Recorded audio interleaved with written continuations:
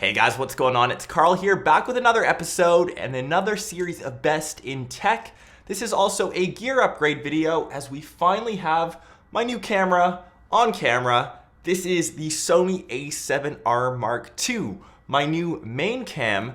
And for 90 to 95% of you that are watching this video, I think this is the best overall package in terms of video. It has awesome stills and the best overall package for a mirrorless or even a DSLR camera that is currently on the market. Unless you really need a low light beast, and don't get me wrong, the A7R Mark II is a beast in itself, but really need to stress that out as your main feature, whether you're doing wedding photography or like to take video or pictures when you're at a concert.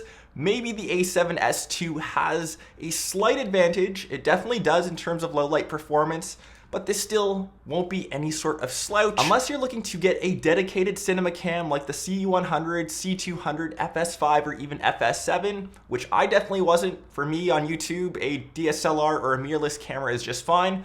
I'm currently recording on my GH4, which I've absolutely loved. It is now my dedicated, I guess, front-facing cam, as it does have an articulating screen, and it also is my new vlogging camera, which I will be carrying around, updating you guys with all my crazy adventures. This is about the A7R Mark II. Let's get into this beast. If you're looking for a cam that checks off every single feature box on the list, look no further. Just check this thing out. It's got a 42.4 megapixel sensor, ISO's crazy up to 256,399 autofocus shots, 4K video. The list goes on and on. Coming from a Micro Four Thirds system, this was my first full frame camera, and I have fallen in love with the crazy depth of field that this thing can produce. It also has 5-axis image stabilization built into the sensor. That means you can get nice, silky smooth video, and it's great for low light shots as the camera won't shake around too much. The lens which I decided to go with was a pricey option. It was the Zeiss Distagon 35mm 1.4. I could have gone for a cheaper manual option for video like a Rokinon lens, but I thought to myself I wanted to use this camera when I was on the go while I was traveling, take some pictures with it, so I wanted an autofocus feature, and I have not been disappointed with this thing. Produces such crisp shots, even silkier video. I could not be happier with my lens choice. There are a couple things which I'll talk about which I'm not too fond of. The first one I'm sure you've heard everywhere is the battery life. The batteries drain extremely quickly. Just keep that in mind. That's why Sony included 2 in the box, but you are sacrificing the larger battery for a smaller form factor in terms of the camera.